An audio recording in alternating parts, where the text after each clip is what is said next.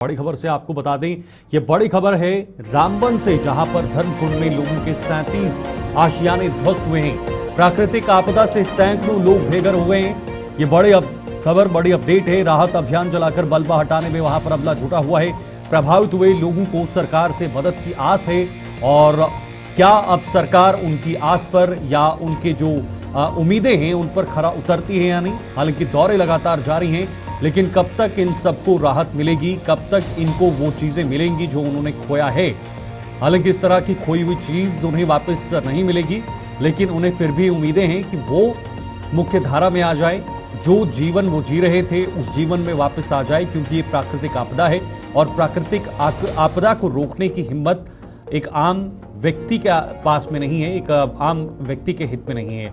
रामबन में कुछ दिन पहले बादल फटने से बहुत सारा नुकसान हुआ है। जो तस्वीरें इस वक्त आप अपनी टीवी स्क्रीन पर देख रहे हैं, प्रभावित लोगों को सरकार से मदद की काफी ज्यादा आस है और सरकार के वो वहां पर पहुंचे हुए थे। पहले डिप्टी सीएम ने वहां पर दौरा किया था उसी दिन, उसके बाद नेता प्रतिपक्ष भी वहां पर पहुंचे और साथ साथ मुख्यमंत्री उमर अब्दुल्ला भी वहां पर पहुंचे, जिनका विरोध भी वहां के लोगों ने किया है। मुख्यमंत्री के सामने विरोध प्रकट किया है कि भाई ये इतनी नुकसान के बाद भी वहां पर प्रशासनिक अधिकारी त्वरित रूप से नहीं पहुंचे।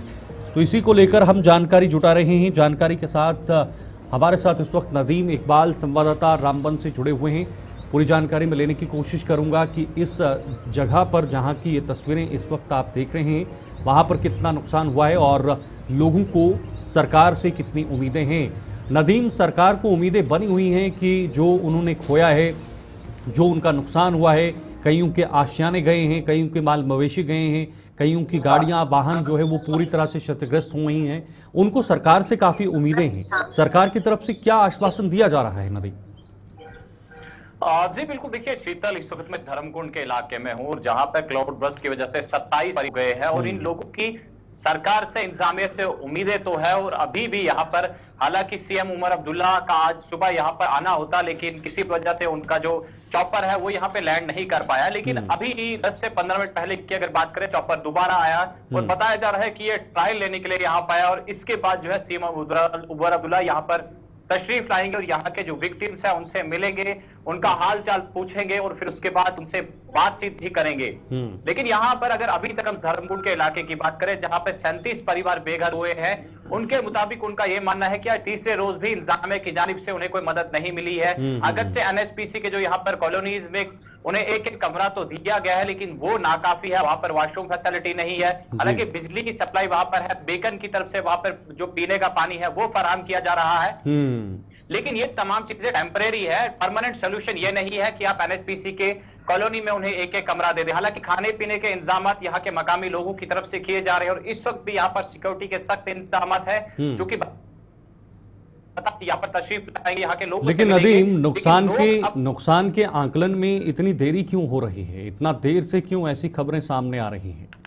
लगभग आज तीसरा दिन है। बिल्कुल, देखिए शीतल, देखिए एक चीज मैंने आपको बता दूं, क्योंकि जो नुकसान हुआ है, अब देखिए रामबन के अंदर इस वक्त पानी, बिजली, सड़क, तमाम रास्ते बंद है। उसके साथ साथ में अगर हम देखें, क्योंकि किसी भी जगह तक पहुंचने के लिए सड़क की जरूरत रहती है और सड़कें बंद है, लेकिन अब अगर इस तरह से हम सड़क खुलने का इंतजार करें तो फिर जो लोग बेघर हुए हैं वो लोग जाएंगे कहां? उनका सहारा कौन बनेगा? क्योंकि उनकी एक्सपेक्टेशन या तो एडमिनिस्ट्रेशन से होती है, सरकार से होती है, लेकिन दोनों ही पार्ट यहाँ पर लोगों के बीच नहीं पहुंच रहे, ऐसा लोगों का कहना है। अब लोगों का ये कहना है कि परमानेंट सोल्यूशन यही है कि हमें कहीं उत्पादित जमीन दी जाए जहां पर हम अपने घर की तामीर करें और सरकार की तरफ से उस तामीर के लिए हमें इमदाद भी फराहम की जाए, ताकि आने वाले वक्त में हम मामूल की जिंदगी बसर कर सके। रामबन के अंदर कोई पहली वारदात है नहीं कि लोगों के साथ इस तरह की घटनाएं घटी है। बिल्कुल, लेकिन नदीम, अभी पहले कुछ एक खबर भी आई थी कि मुख्यमंत्री उमर अब्दुल्ला कहीं जगह पर पहुंचे हुए हैं, वहां पर लोगों ने उनका विरोध भी किया है, उनकी गाड़ी का घेराव भी किया हुआ है।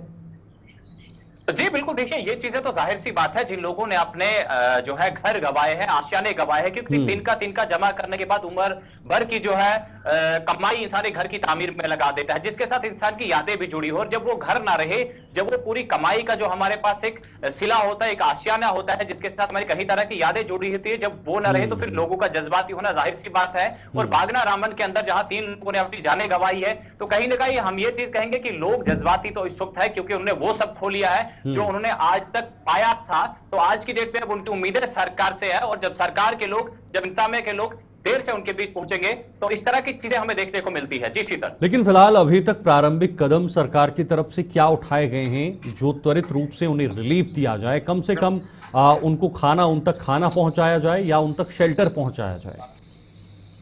बिल्कुल, देखिए अभी तक सिर्फ कमेटीज कॉन्स्टिट्यूट की गई है और जिसमें बताया गया है कि आप नुकसान का तखमीना लगाए, जिसमें हम माल मवेशी की बात करें, चाहे उसमें शीप हस्बेंड्री की टीम्स, वेटनरी की टीम्स, उसके साथ साथ में हॉर्टिकल्चर, एग्रीकल्चर और पीडब्ल्यूडी की रेवेन्यू की टीम्स कॉन्स्टिट्यूट की गई है जो जगह जगह पर जाएंगे, क्योंकि रामबन इस वक्त एक जगह नहीं है। अगर आप देखेंगे चिनाब के, तो चिनाब के राइट एंड लेफ्ट में टंगर से लेके करोल तक के अगर आप देखेंगे कि हालत काफी खराब है, जहां लोग काफी परेशान हैं और लोगों की इस परेशानियों का अजाला सरकारी मुआवजा है जिसकी लोग इमदाद की मांग कर रहे हैं। अब टीम्स कॉन्स्टिट्यूट की गई है, वो कंपनसेशन की फाइल्स को तैयार करेंगे, उसके बाद उन्हें मुआवजा मिलता है या फिर आज से जो 5-7 साल पहले की वारदातें हैं जो लोग उससे मुतासिर है उस तरह से ही अल्लाह के रहम व करम पर छोड़ दिया जाएगा। लेकिन फिलहाल लोग उम्मीद तो कर रहे हैं, लेकिन अब देखना यह होगा कि सरकार और एडमिनिस्ट्रेशन की तरफ से लोगों को कितनी राहत मिलती है, कितनी इमदाद मिलती है। जी बिल्कुल, देखिए नदीम, पहले दिन वहां पर डिप्टी सीएम पहुंचे हुए थे, नेता प्रतिपक्ष पहुंचे हुए, उसके बाद मुख्यमंत्री उमर अब्दुल्ला भी पहुंचे हुए हैं। तो क्या लोगों को जो उम्मीदें हैं उस पर खरा उतरेंगे, ये सरकार खरा उतरेगी? हालांकि सरकार ने तो हमेशा पल्ला झाड़ा है कि भाई हमारे हाथ में कुछ नहीं है, लेकिन उसके बाद भी जो अफेक्टेड फैमिलीज हैं, अफेक्टेड परिवार हैं, क्या उनको वो राहत मिलेगी? जी बिल्कुल, देखिए इस वक्त अगर हम देखें सरकार क्या कहेगी, और ये चीजें तो हम कहें कि सरकार के बीच में भी कहीं ना कहीं एक दूसरे पर बात टालने की कोशिश की जाती है। सेंट्रल गवर्नमेंट कहती है स्टेट गवर्नमेंट करेगी और यूटी गवर्नमेंट कहती है सेंट्रल गवर्नमेंट करेगी। तो ये चीजें देखिए एक है। और दूसरी तरफ अगर देखें कि डिप्टी सीएम जब यहाँ पर पहुंचे, देखिए सियासी रहनुमाओं के यहाँ आने से, सीएम, डिप्टी सीएम या एडमिनिस्ट्रेटरों के यहाँ आने से कुछ होने वाला नहीं है जब तक लोगों को इमदाद न मिले, जब तक लोगों के खाने पानी के इंतजाम आप करेंगे। लेकिन 2, 2.5-3 महीने के बाद उसके बाद आप उन लोगों को कहिए कि जब जाइए, अब हमारे पास कुछ है नहीं। तो ये कोई परमानेंट सोल्यूशन नहीं। परमानेंट सोल्यूशन है कि आइडेंटिफाइड जो है इन्हें अलग से जमीन फराहम की जाए, कंपनसेट किया जाए, ताकि ये लोग वहां पे स्ट्रक्चर कायम कर सके और स्ट्रक्चर कायम करने के बाद वहां पे मामूल की जिंदगी बसर कर सके। क्योंकि अब न इनके पास जमीनें हैं, न इनके पास घर हैं, तो अगर ऑफिसर भी आएंगे जाएंगे तो फिर उससे कुछ होने वाला है नहीं। जी ठीक है, बहुत बहुत शुक्रिया आपका नदीम, ये जानकारी साझा करने के लिए। फिलहाल रामबन इस वक्त एक आकर्षण बना हुआ है, सभी लोग वहां पर देखरेख कर रहे हैं, सरकार के बड़े जो लोग हैं वो वहां पर पहुंच रहे हैं, मुख्यमंत्री उमर अब्दुल्ला वहां पर पहुंचे हुए हैं। लेकिन कब तक इन्हें रिलीफ दिया जाएगा, कब तक इन्हें वो आशियाने वापस दिए जाएंगे जिन आशियानों को उन्होंने अपनी आंखों के सामने इस हादसे में खोते हुए देखा हुआ है, और ये तकलीफ, ये दर्द अब वही लोग जानते हैं जिन्होंने वहां पर ये आशियाने खोए हैं।